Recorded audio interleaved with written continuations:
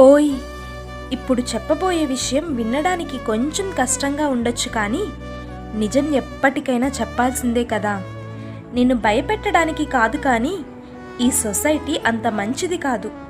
నువ్వు ఎవరినైతే ఎక్కువగా నమ్ముతావో వాళ్ళే అసలు మనుషులంటే నమ్మకం పోయేలా చేస్తారు. లైఫ్ అంత ఈజీగా అర్థం కాదు.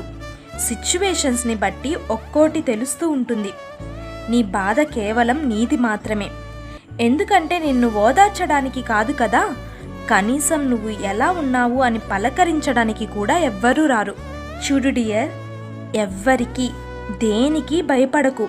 ఇంతదాకా ఎన్ని స్ట్రగుల్స్ వచ్చినా ఒంటరిగా పోరాడుతూ వచ్చావు కదా, ఇక మీదట కూడా అలానే స్ట్రాంగ్గా ఉండు. మరి ఉంటావు కదా? జీవితంలో హ్యాపీగా ఉండాలి అంటే ఏం చేయాలి అని అడిగితే కొంతమంది నచ్చిన పని చేస్తే చాలు హ్యాపీగా ఉంటామంటారు.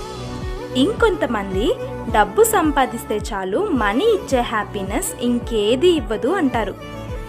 కానీ నిజం చెప్పాలంటే హ్యాపీనెస్ అనేది ఎవరి జీవితంలో పర్మనెంట్ కాదు కదా. మరి మీరేమంటారు?